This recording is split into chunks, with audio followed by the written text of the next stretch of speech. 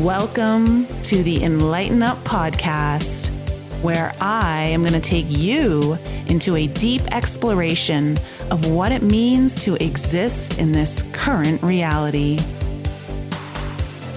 We are going to raise your vibes, open your mind, expand your heart, and dive deep into the wondrous mysteries and possibilities of this lifetime. There's been a spiritual catalyst that has set in motion the awakening process of many across the globe to return to the knowingness of self and unite what has been separated. Together, we're going to bring light into that darkness. We're going to remember the joy of living.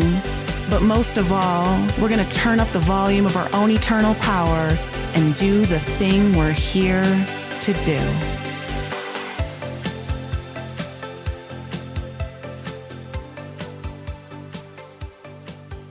Hey everyone, welcome back to the Enlighten Up podcast. Today we have a very fun and special show for you because what if your surgery wasn't just a medical event, but a soul level initiation? And what if your body was speaking in symbols and someone could translate it mid-operation? Today's guest, Amelia Vogler, doesn't just prepare people for surgery, she walks their soul through it. She works in the liminal, the space where spirit meets the scalpel and fear meets transformation. So in this episode, we are going to explore surgical intuition, energy medicine, and what really happens when the body goes under, but the soul stays alert. Prepare to rethink everything you thought about healing, wholeness, and coming back to your own body. Amelia, so good to have you here on the show. Hey, thanks, Nicole. Hey, listener, great to be here. Hey, you. This is going to be so fun because you do something very unique. This isn't just energy medicine or psychic surgery, we could call it. You are actually trained to not just prepare and not just for post-op, but actually through the actual surgery, work with the soul during the surgical process. And I know you mentioned earlier too to me when we were kind of off air that you initially were prepared to be in the OR room with the surgeons. And even though that may not be happening right now due to circumstances that we've gone through over the last few years, that's a big deal for surgeons to even be allowing someone into that room that is not technically holding the knife or being a part of that, so to speak. So how did you even get into all of this? Oh, Nicole, thanks. So, I think we start with where did these skills come from? And so I was one of those born sensitives, came into the world seeing energy, sensing energy, smelling energy, grew up in a funeral home. So was watching the soul, the spirit as a little child. And then fast forward through life, my training inroaded me with a mentor who was very, very clinical.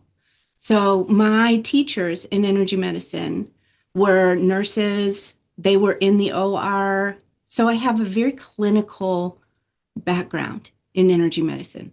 And had I known I was going to be doing surgical work at that time, I maybe would have taken better notes along the way. But, the river is going to lead us where we're going to lead us, where it's going to lead us. So I think it was the beginning was this natural giftedness with the medium and the language that is energy. It's being able to see inside the body.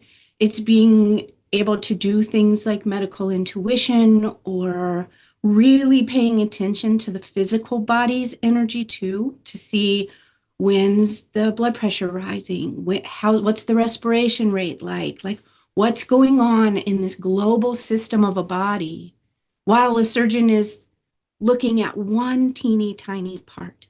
And I think that's really interesting that somebody's holding the bigness. Sorry, I was just muted there for a second because my dog was barking.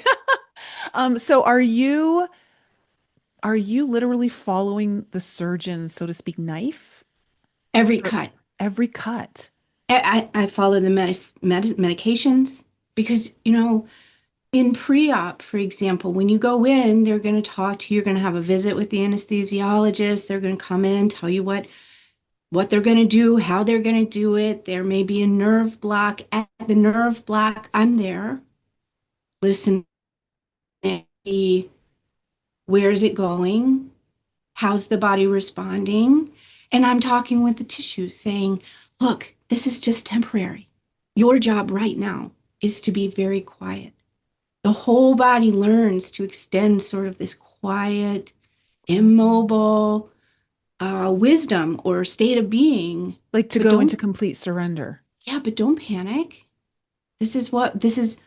This is right. And there's a lot that we have a long time to chat. So we can Hmm. talk about how we prepare along the way. But yeah, along the way, I'm tracking from I start before my clients ever get into the hospital. So I start with the OR, clearing for spirits.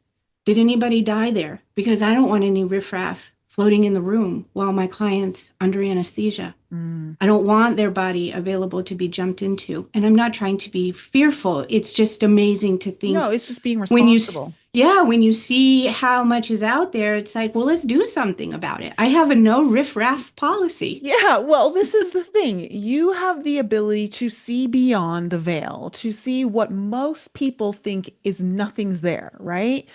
So, how do the surgeons get on board with this? Because in my experience, and I think a lot of my audience's experience, a lot of doctors, technically the Western medicine, doesn't really believe, or maybe they believe to some degree, because I'm sure they've had experiences that are unexplainable, but to this extent, believing that there's any kind of help, like how do the surgeons get on board with this with you? Well, it takes a special person to Yeah. reach out for this support. And it's usually the person who is deeply connected to the allness of their being. And they know I'm not just a physical body, and this is just not only a physical experience for me. And so, first, it's the right person. And they typically are very motivated to have their whole self held through this process. So, what we do is we use the patient's Bill of Rights that is given at any hospital or any clinic. You have certain rights as a patient, and one of those is for spiritual support. Oh, And so I will be then a spiritual advisor, a consultant, a spiritual consultant. And now that I'm working only remotely or in the hospital waiting room, some people fly me out, I sit with a family, I help them in post-op and recovery. Um, but most of the time, that patient bill of rights it covers sort of an insistent that I'm going to have some spiritual support with me. Is that okay? And usually, what I found is that a surgeon wants the best possible outcome for their clients or patients. And if they want their spiritual support there, then by gosh, have it. If that's okay. going to help the process, let's do it. Yeah, well, that makes sense. So I know we're jumping a little ahead here, and we're No definitely going to go worries. to the beginning, but has have any surgeons come to you when you've done the work and been able to explain that they knew something else was guiding them or helping the process, or I don't know, like guiding the patient through this whole surgery that they've never seen before or felt? So I don't ever interface with the surgeons directly unless I'm in some capacity of a pre-op meeting or some type of preparation, like for my cancer clients. Sometimes I'll be working with them through the chemotherapy process, and I will know the oncology surgeon on the case, for example. But I hear feedback through their patient, my client. And Okay. I've heard things like, oh my God, it was like the tissues were moving themselves. Oh, that was so effortlessly. It was like my team knew exactly what I needed before I needed it. Oh, the complications we were really looking out for, they weren't. present at all. Mm. So I definitely receive a lot of information on the back side that says this was not just a completely successful surgery, but it had a little magic to it. Okay. Oh, clients waking up, they're hungry, they're thirsty, they're not groggy from anesthesia. So there's a lot of like ways we can measure Mm-hmm. sort of the effectiveness of having this extra layer of support around just, it's in the surgical process. It's like we're there, let's bring our spirit and soul there too. Let's bring Yeah. God in. Let's bring God in. Okay. So let's go to the beginning here Okay. because how did you ever get guided to like, yeah, this is what I'm gonna do? Because this isn't something that just, well, I mean, most people would think just doesn't like show up on your radar just like that, or maybe it did. I don't know. I mean, I've worked with people who are medical intuitives, right? So they can read the body, they can see what's going on a more spiritual, energetic level that's causing a lot of the physical blockages, symptoms, whatever you want to call it, and help move things around to assist. So I have worked with someone in that capacity. It was very, very helpful. I had a friend who was the doctors were convinced that he wasn't going to make it and major brain injuries from meningitis. And she could see that he wanted to come out of, he wanted to still stay. He wasn't ready to leave. And she just needed to help like the energy move and like take some pressure off the brain. So help reduce some of the swelling and then move the energy up and down the spine in a certain way. And he came out of it like was cognizant within a couple hours. So Oh, great. is that, I guess that's kind of something similar to what you're doing, but maybe it's more like you're doing on a deeper level. It's certainly a piece of it. Yeah. So along the way, one of my deep beliefs is if you give the body everything that it needs and you put it in the right environment to heal, it knows that's our natural wisdom is Hmm. to heal. And we could use the word evolve as another verb to describe it. We know how to evolve. And so my job is to create an environment, a healing environment through love, through a connection with the guides, through a connection with spirit, a connection with the medication and the energy of the medications, a connection with the surgeon and the team and the robots, if they're robots, and, matrix the whole communication pattern because energy is information that moves. So this is all about creating the right environment for the right type of communication at the right level, at the right time, at the right tissue. Hmm. Super Hmm. easy. No, just Yeah. kidding. It's not easy. This is my Olympics, but it's Yeah. so interesting. So that Okay. medical intuition piece is a piece of it. Hmm. Okay. So take me to the beginning. So which beginning are we beginning in? Well, okay, let's first talk about like your gifts. Like, Okay. how did those really start to press forward into your reality where you're realizing I'm supposed to be using these? Yeah, cool question. So, like I said, when I was little, I was born with these gifts. Hmm. And like so many people with these gifts, I was raised under the parenting perspective of you're too sensitive. So there was sort of a shutdown. Well, okay, I'm going to shut that down. I'm going to go through normal life. I was an engineer for a while, which makes me very, very precise just in part of my brain and my reality. I like looking at tiny parts and how they fit together in a big system. So I was sort of primed to look at life in this way. And then as I was sharing the mentors that came into my life, some of the modalities that I studied were very clinical in nature. So that's one path in. Another path in was I had somebody in my life who's very, very close to me who has something called body dysmorphia. And that is sort of an awareness that it's a sort of persistent awareness. I'm not okay in my body. There's something, I'm not seeing myself as I am.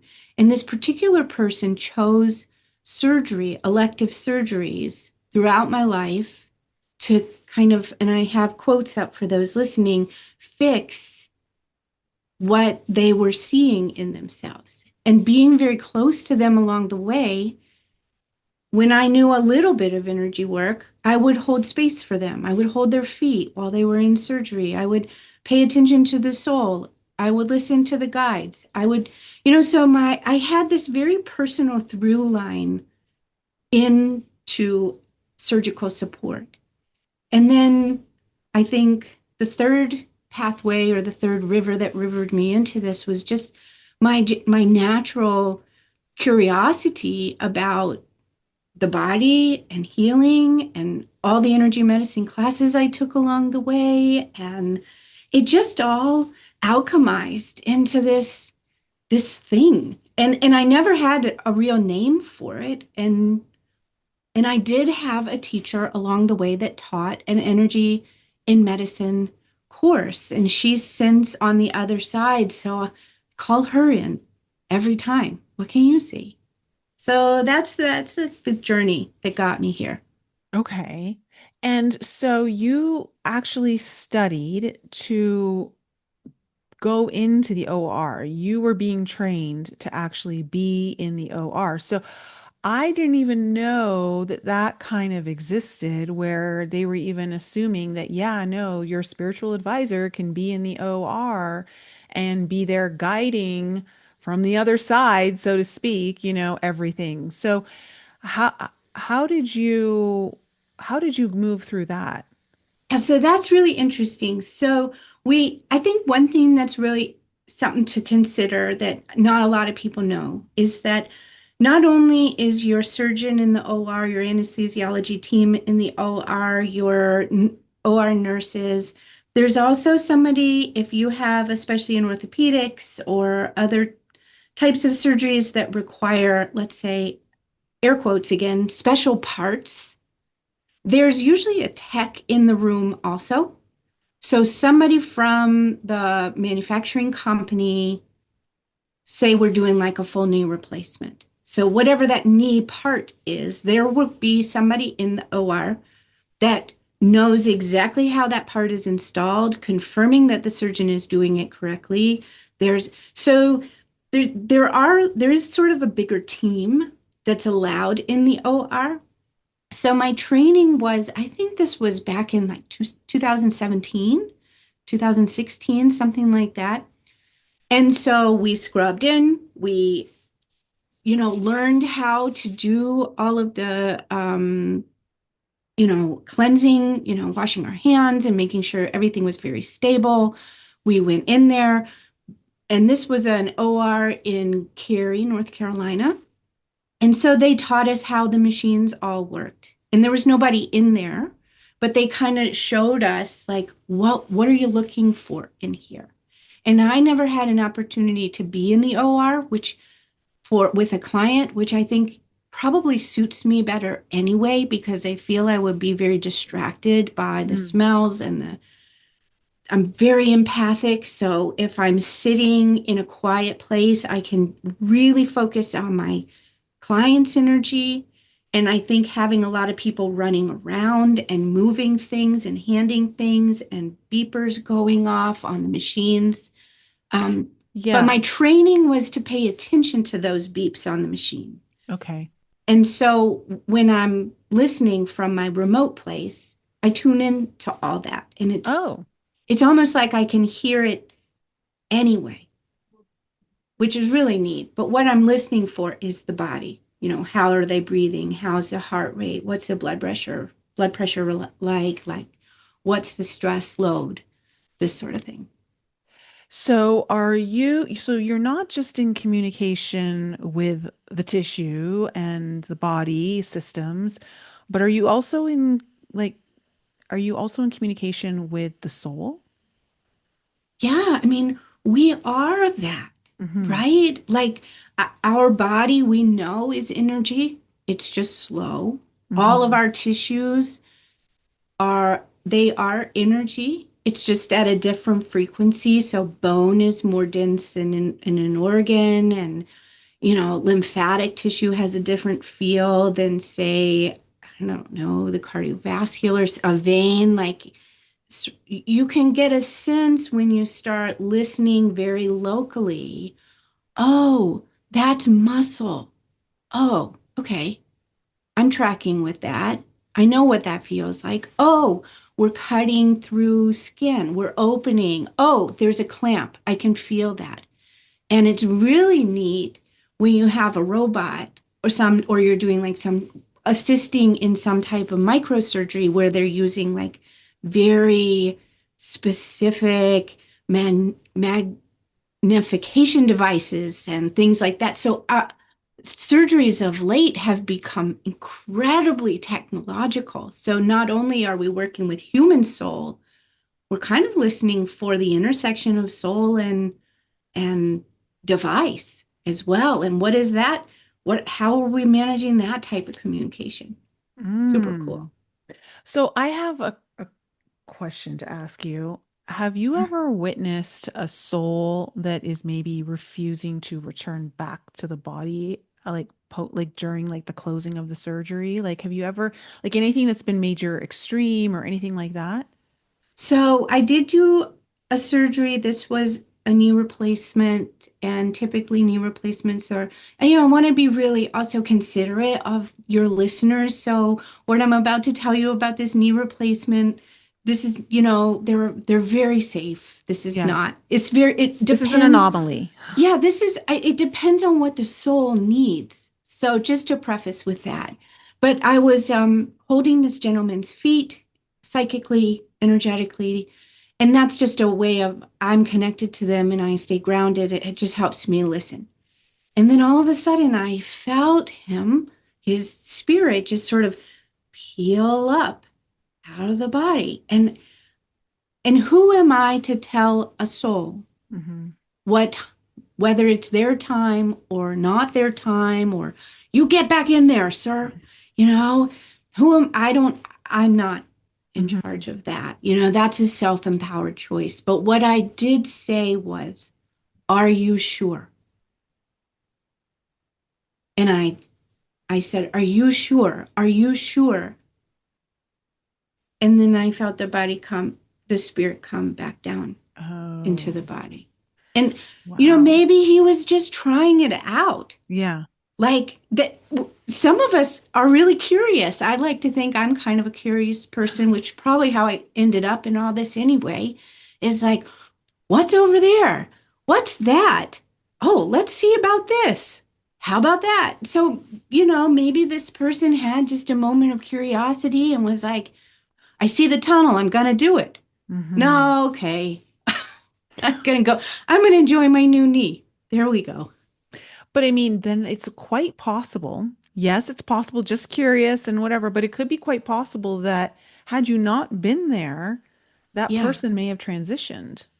I think about that sometimes, in all seriousness. That was a moment that I do reflect on, and I might cry.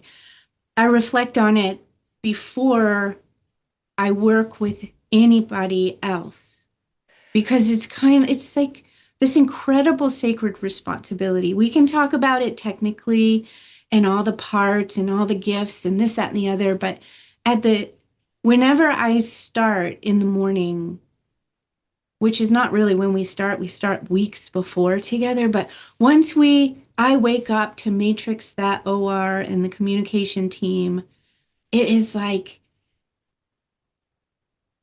I am so humbled Hmm. and so privileged to be entering into communication that is so important and so sacred. And it's like this individual is under anesthesia, which means they're they have contracted with me to hold their spirit while they can't, which is different than any other energy medicine I think that we do in the world. Is that in this moment, this person is unable to advocate for themselves in a way that they're used to. And I think their spirit's always advocating for them. Mm-hmm. Mm-hmm. But it just creates this really beautiful bridge, and it's an opportunity that I take with just the deepest of like my whole heart. So I can totally appreciate the responsibility of wanting to allow the client to maintain energetic sovereignty over their soul's choices and everything like that. But would it be something that maybe is even brought up in conversation before surgery that if you were to encounter that soul, maybe perhaps in the rare occasion wanting to leave, would they want you to prompt it to think about coming back? Or is that anything that you've ever brought up in conversation with your clients?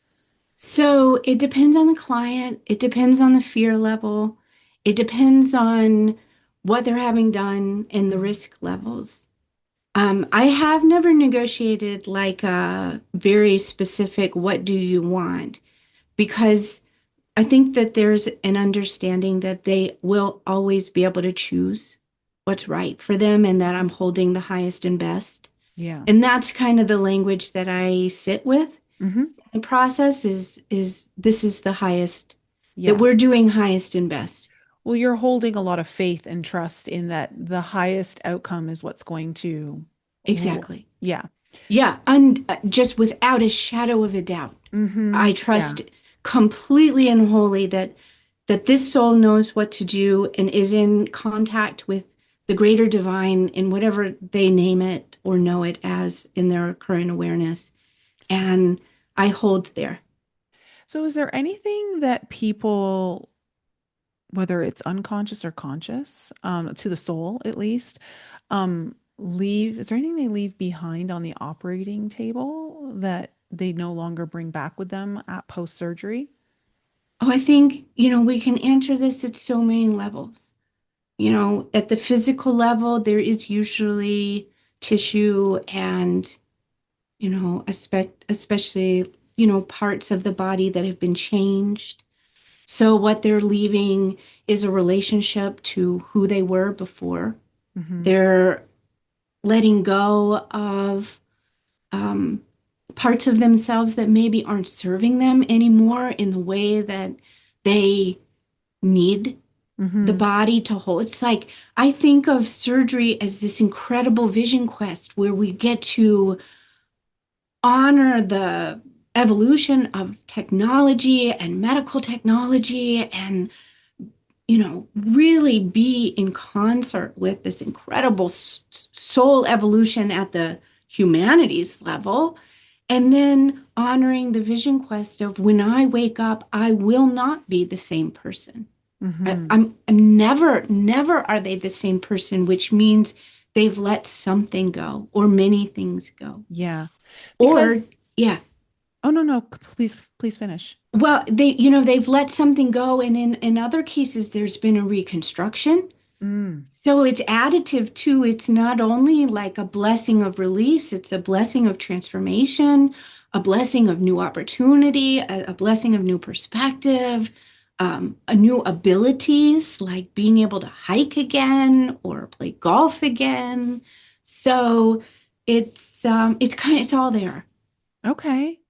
Well, that's interesting too, because when we think about the body as a vessel and we think about our original blueprint of how, we came in, sometimes I think some people can look at surgery as, oh, I've altered my original blueprint, or I'm never going to be the same or as good as new, but in some cases, this could be absolutely, and I think in more cases than not, part of the plan to even upgrade the body.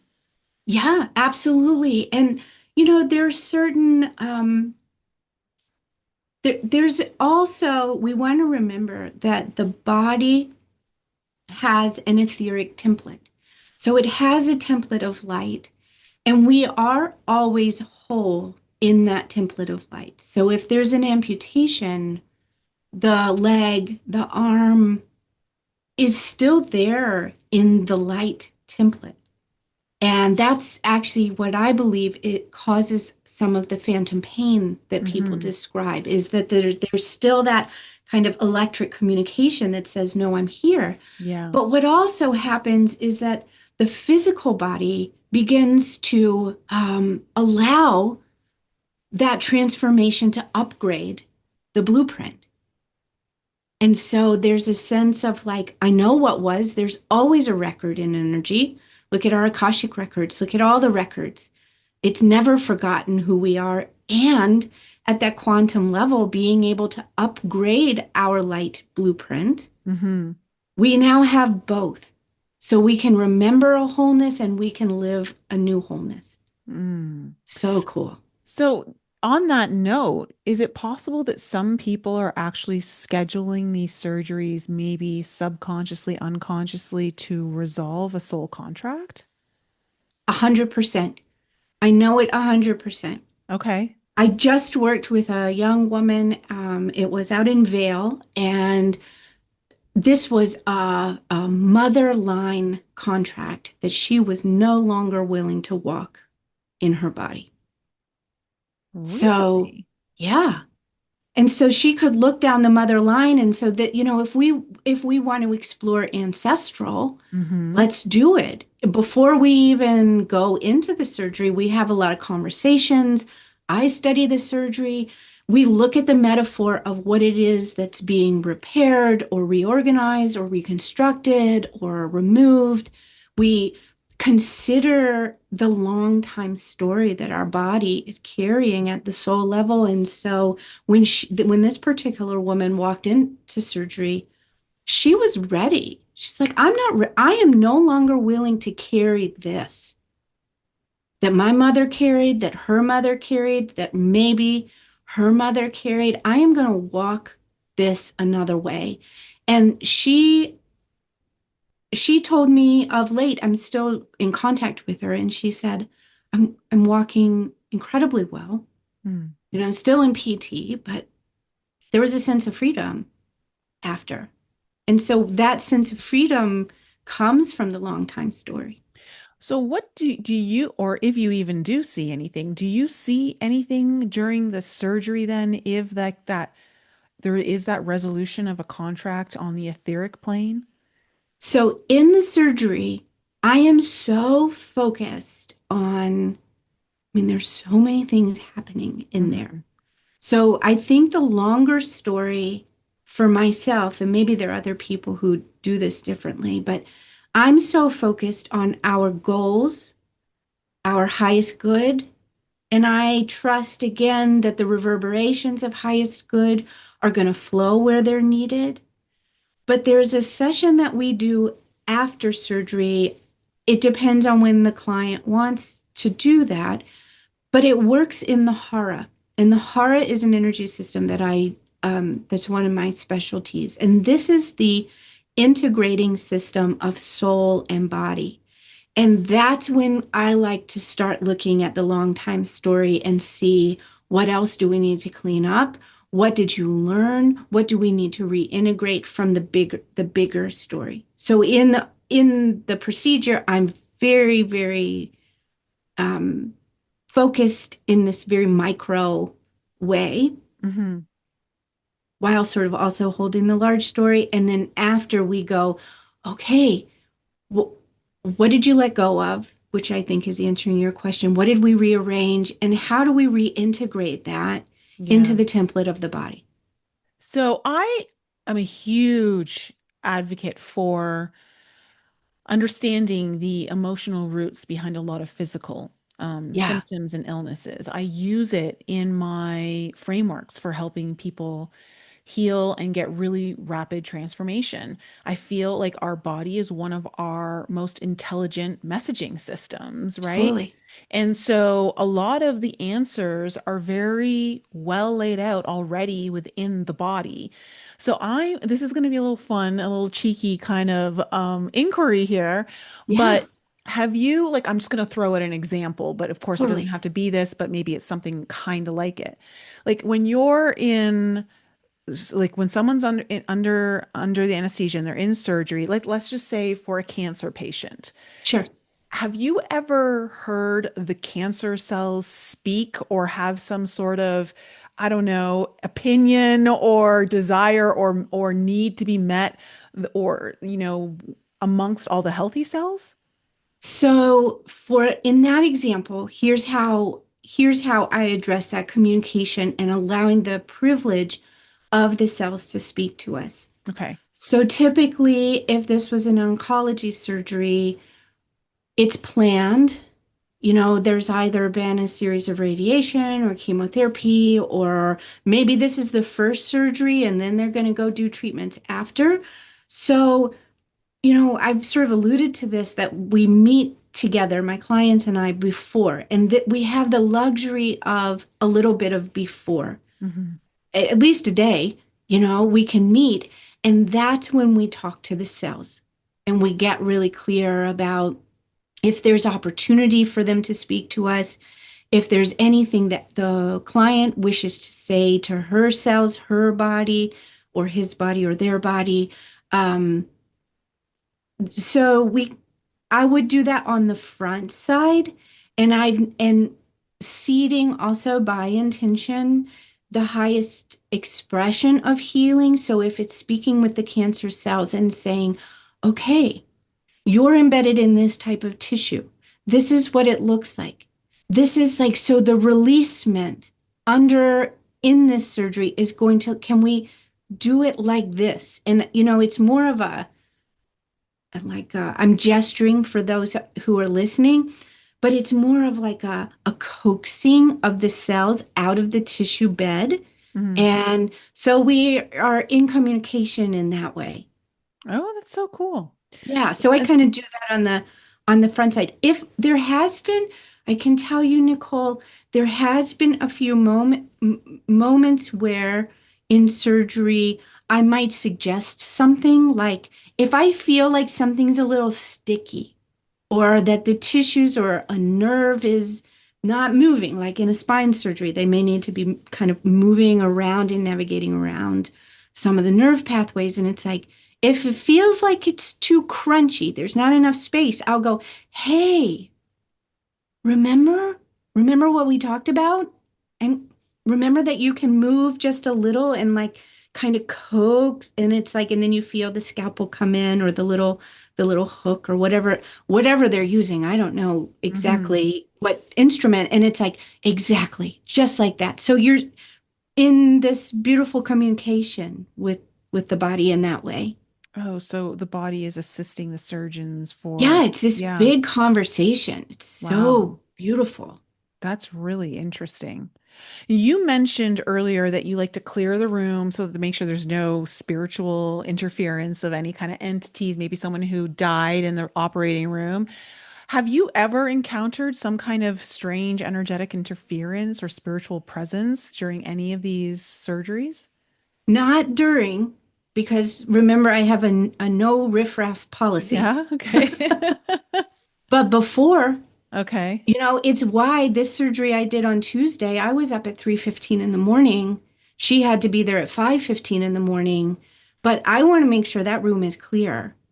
I want to make sure everybody that touches her is blessed and that knows what the handoff's going to be and that everybody is held in this like luxurious supportive, nurturing group field. But on Tuesday, just this past, when I went in the morning, I smelled something. And sometimes that olfactory sense is just ancient, it's old. And I was like, uh-uh, uh-uh. So we're going to clear that. Whatever that is, we're going to clear that. And I don't need to know what it is. I don't need to know Hmm. who it is. I don't need to get intimately connected with what's Yeah, in the you OR. better to not. Yeah, better to not. I Yeah. my energy is best served in this other place, but I I do listen and I just take that really seriously because we know, for example, there are such things as walk-in souls, and I'm not intending to worry anybody. So if anybody's going to a surgery, set intention that the OR is clear. Set intention that you've got a beautiful, strong container around you. But we know, like, for example, in a car accident, that's a really when somebody is hurt or unable to kind of defend themselves um, at a conscious level, that's when you can get things like walk-ins, Hmm. where there's a spirit and it may jump in. And since I know about that, it's like, well, let's make sure that doesn't happen. That's Yeah. on the checklist. Yeah. No joy rides allowed on this body. Yeah, that's right. No riffraff. Thank you. Find somewhere else to go. You can Yeah. you can do it yourself. I absolutely believe that you can find your way home. Follow the Hmm. light. Yes. Yeah. So, have you ever heard the body, whether this is pre or during, but have you ever heard the body tell you something the patient actually couldn't admit to themselves? I don't ask that question in the OR. You know, that would be something that would be something that if the body wanted to share a message, Hmm. there would be a time for that before or after. And Okay. there's always time for that, but I I suppose I come into these surgeries holding the wholeness. And so my intention is to hold a fully integrated, all on the same team. We're all here together kind of experience with the body and soul and Hmm. spirit and God of whatever name you name it. Yeah. Yeah. So, what about anesthesia? Like, what does that do to the soul from your perspective? So I love this question. Nobody's ever asked me that before. So anesthesia is so fascinating because in some in my experience, the soul is still there, Hmm. completely clear. It's that the connections of the body and the communication, it's a communication that seems to be quieted. But the soul is like, Nicole, and you may have experience in your own work with this. It's like if you were working with me and asking me what about the emotions of this, that, and the other, you're in perfect communication with my body. It's the same in the OR. It's like right there. Mm. And sometimes the soul knows. And this, I think, is interesting in terms of like healing trauma post-surgically because there are some somatic trauma healing um, perspectives or modalities that can get at surgical trauma while somebody's anesthetized, which tells us that the spirit is available, the soul's Mhm. available. And so does it do anything like, okay, so we know that the soul is present. Is there anything else that you see happening with the soul, like when the body is under anesthesia? Like, does it That's such a become great more question. heightened? Does it become more aware? Like, because you know how sometimes if we dull certain senses, other ones become more hyper aware? Yeah, what a cool question. So here, I think this is best answered in the frame of the individual Hmm. because it depends on the soul. Some souls like that guy I was telling you about in the knee surgery, super curious, saw the light, let's go for it. Yeah. There's some souls that are more timid and maybe more inclined to leave in part. So there's an opportunity if I feel sort of a shattering in this at the soul level, sort of part that wants to go hide. I might say or dialogue again and say, you're safe here with me. You're safe here. If you need to leave, there's sort of an implication, then do it. Do what Hmm. you need to do to take good care of yourself. And I know through the horror work, we will reintegrate any parts that have decided to keep themselves safe in the way that they know how. That's honoring, as you said, the sovereignty of the wisdom of the soul and the body. Hmm. Um, so I have had, let's see, I have had a soul once, like sort of a consciousness that would hover above. And I could tell, oh, this person isn't leaving. They're watching. Like Okay. they want to know everything. And it's sort of a sweet banter because it's like, I'm here too. You're here too. Did you see that? I saw that. It's like, oh, and then at the end, it's like, so you going back? All of you? Fully? Completely? Yeah. Great. Okay. Nice job. That's cool. It's super cool. So S- we work with the essence of being. Yeah, yeah. Okay, so this I'm going to assume that maybe this hasn't happened, but I want to ask anyway. Sure. Have you ever intuitively known that someone may not or isn't supposed to survive a surgery, but their body's still agreeing to it? I haven't had that experience. Mm, And I think I've never thought of this before, but I wonder if because I grew up visiting my family's funeral home when I was little, I am so intimately connected with the transition, the great birthing to spirit that we call physical death.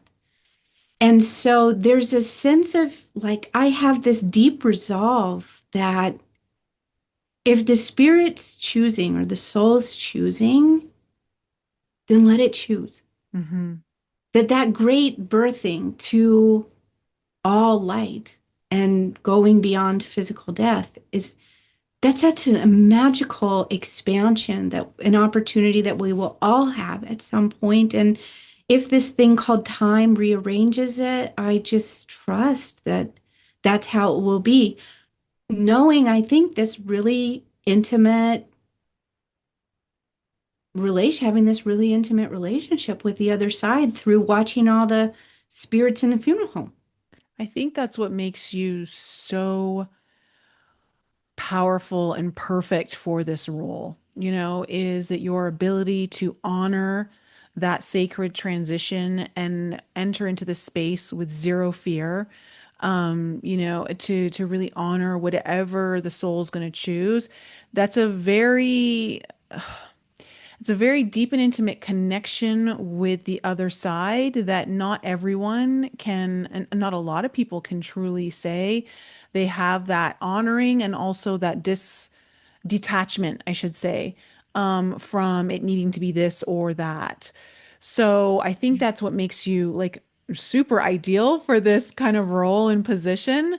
And also, you're in a way, you're kind of like a surgical doula, Yeah. like in really kind of helping the spirit through this entire experience in the body and everything connected to it. So, out of curiosity, is there like a karmic or past life hook that you've ever seen embedded in the body that may reveal itself during like a surgical preparation? Anything that maybe wasn't seen prior, or do you usually see everything prior to surgery? So I think so another thing, trusting the process, like I completely trust my guidance. And so I've never seen something new reveal itself in surgery, which is actually a blessing I've never thought of before. There's really never been there's no surprises, which is, well, that's great. Mm-hmm. But there have been, as you suggested, in the preoperative cycles, aspects of soul journeys that are revealed along the way. Mm-hmm. Because I'll work with a client and, I'll reflect in the way that I reflect if I was working with just a healing client, not just, but, Yeah. and so it's like, oh, well, I'm seeing this pattern. Have you ever thought of that or considered that before? What is this like for you? And there's another, I think this is about the ethics of being a professional intuitive, is that we have to be really careful about what we tell people in these sessions.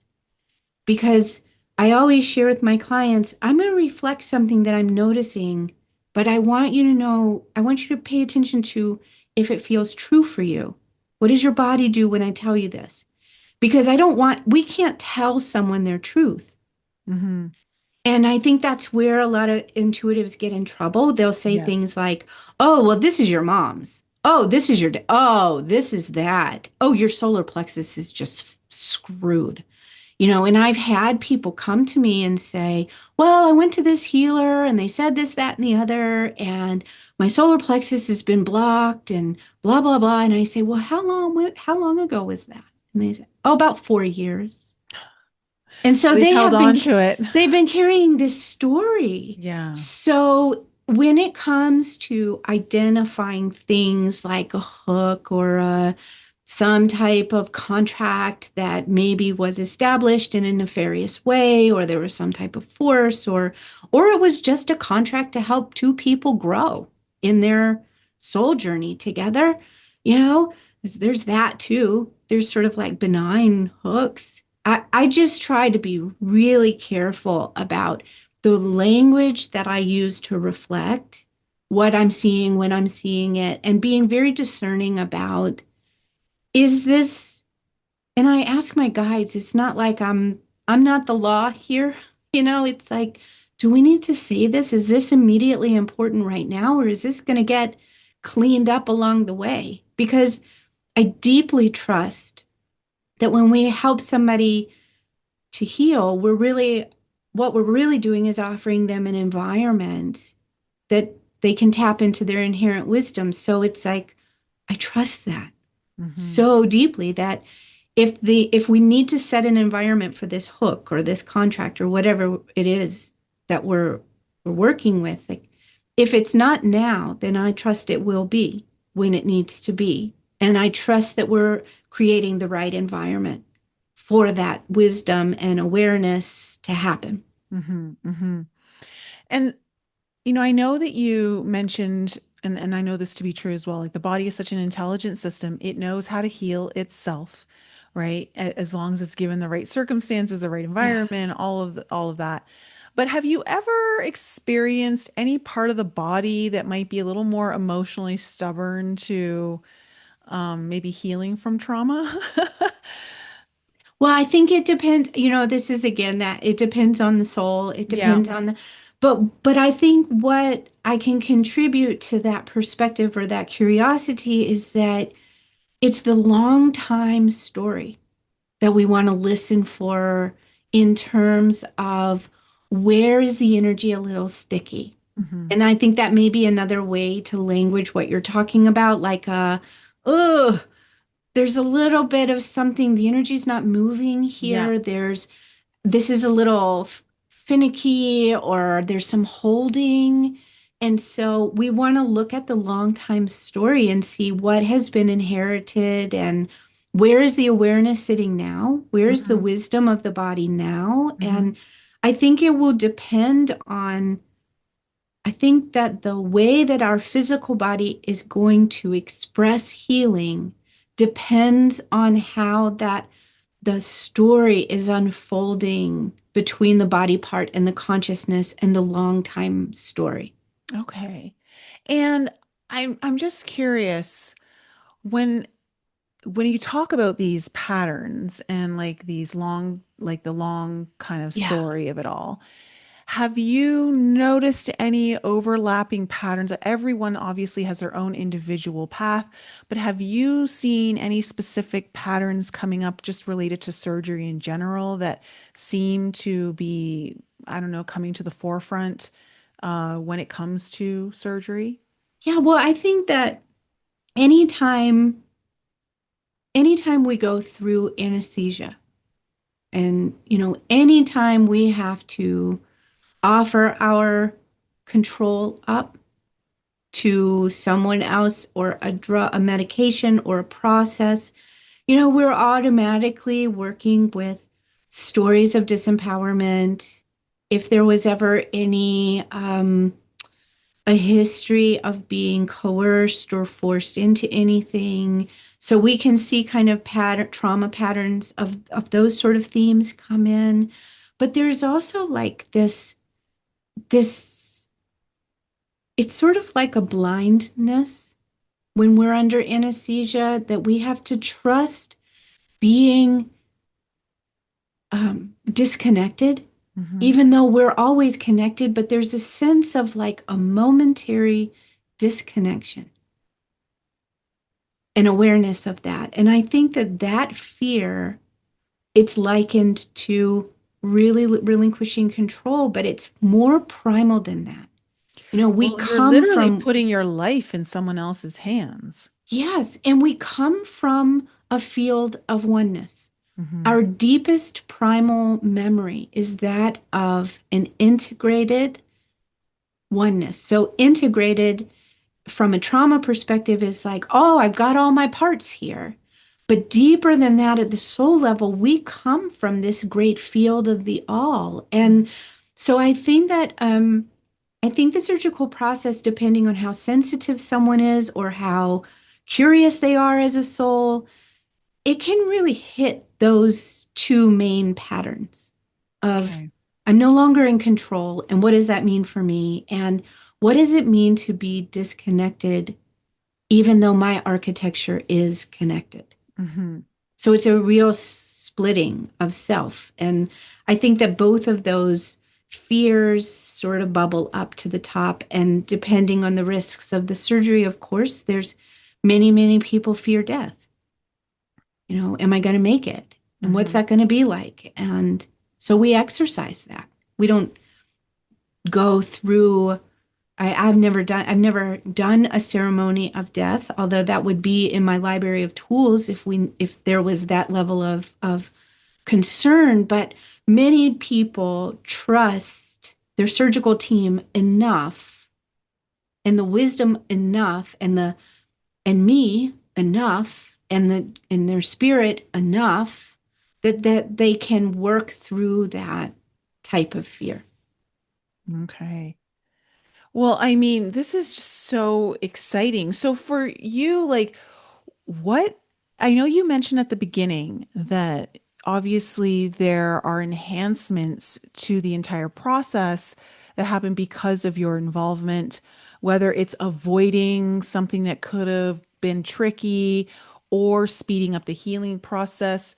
Like, what kind of speeding up of the healing process have you witnessed with your clients? Oh my God, it's incredible. I mean, the surgeons are usually the ones that are the most like in awe of the process. But I see, the client that I'm working with this week who was just in surgery on Tuesday. Yeah.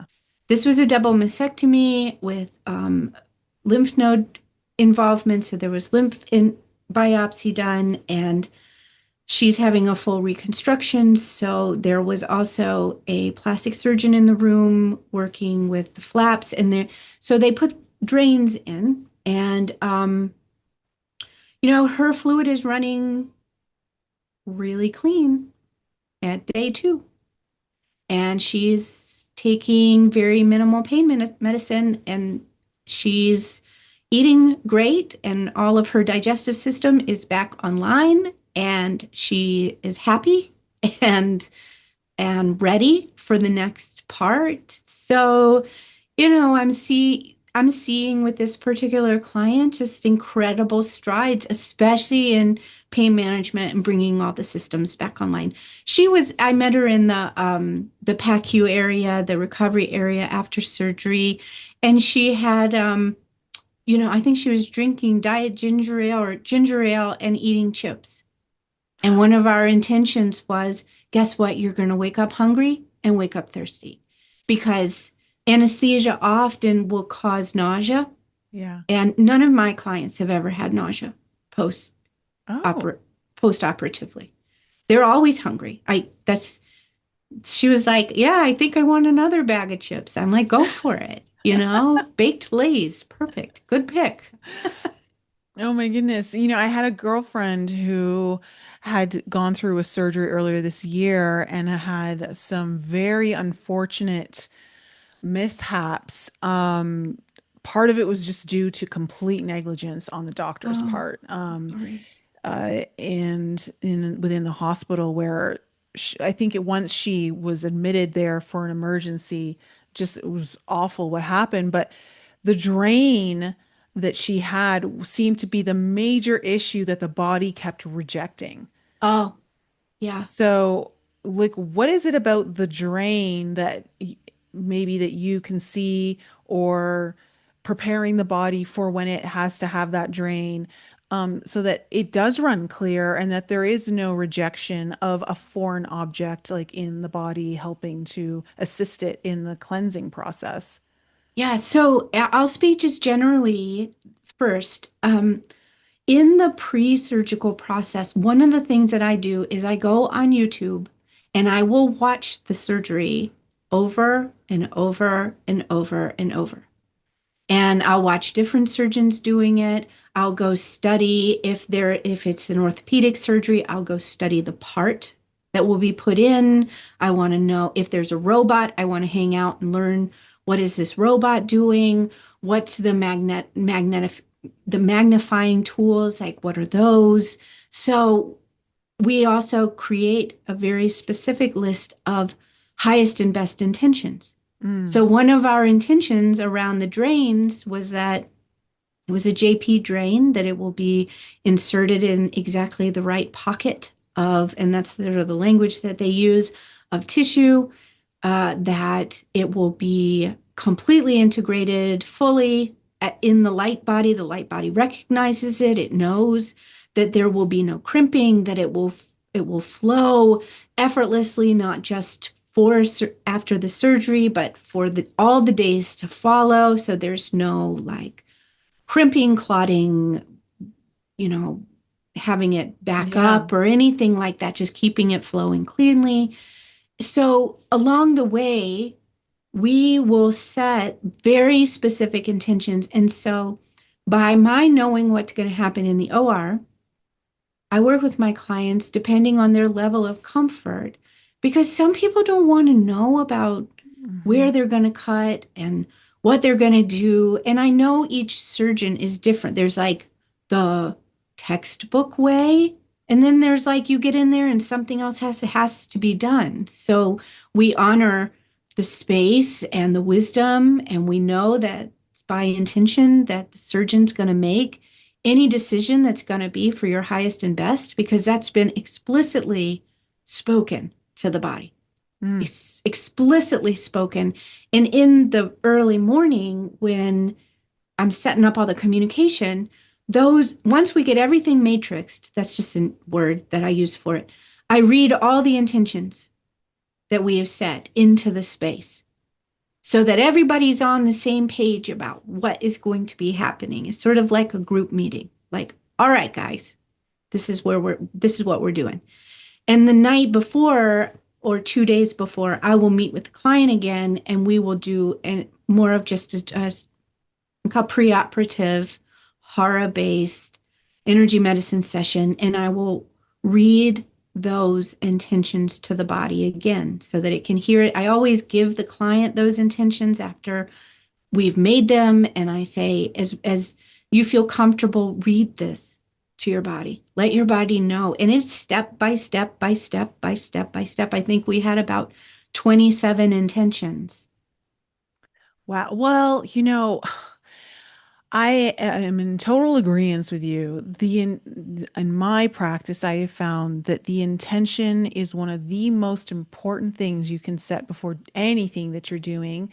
I mean, for what I do, working with people, especially if we're doing like a plant medicine journey or anything of that nature, before like that intention is like your North Star. Exactly.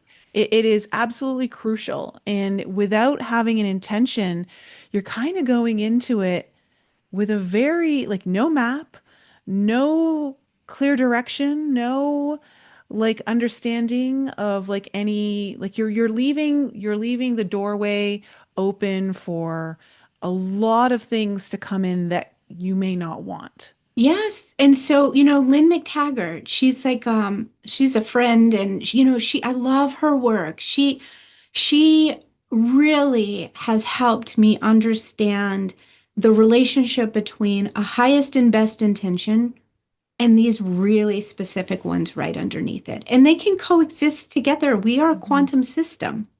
So we're allowed to ask for both. Yeah. Yeah. So it's very, very important. And I think we underestimate sometimes the power of the intention because it's our will, right? Yes. Yeah, and So, it's spoken, it's yeah. embodied. Hmm. It's through the miracle of our life, and getting to hear the blessing of our life languaged in this very specific direction, like in the shamanic or, earth-based um, perspective, which is a perspective that I've studied and honored. but it's like throwing an arrow in a very specific direction. Yeah. And so that's what and I offer that with a deep honoring of those traditions and those perspectives. But Yeah. that's how I conceive of it, is that these intentions, we're throwing arrows in a very, very specific direction. Well, I can tell that you're very, very specific about what you're doing, and you hold your work in the highest regard out of respect for the soul, the body, this earth, and the entire life and death process. Like, it's very apparent in how you've shared everything with me and my audience today. So thank you so much for what you're doing, because it's very special and very important. And so, if there's anyone in my audience that may want to connect with you, or they know of someone who could really benefit from the work that you do, how can my clients get in touch with you? Oh, Nicole, thank you. It's just been so fun too. I really appreciate the depth of your questions. So I just feel like this was such a fun conversation. We went some really cool places. The best way to find me is either on the web, energymedicineinsurgery.com, or Amelia Vogler _healing on Instagram. So, Okay. and I have these consultations, they're completely free, 45 minutes. So we can sit and really, I can reflect how, well, this is what we could do. This is also what we could do. So a lot of choice points along the way. Oh, wonderful. Well, I will make sure to leave all of those details in the show notes so they can easily find you with just a click of a button. To my audience, this is very important. A lot of interesting wisdom shared here, insights that a lot of people like myself don't always get access to, but also the power of trust and faith that everything will work out to its highest good. In my experience, when you're able to completely surrender to that higher power, that trust, that faith, outcomes well beyond your imagination of the highest are possible.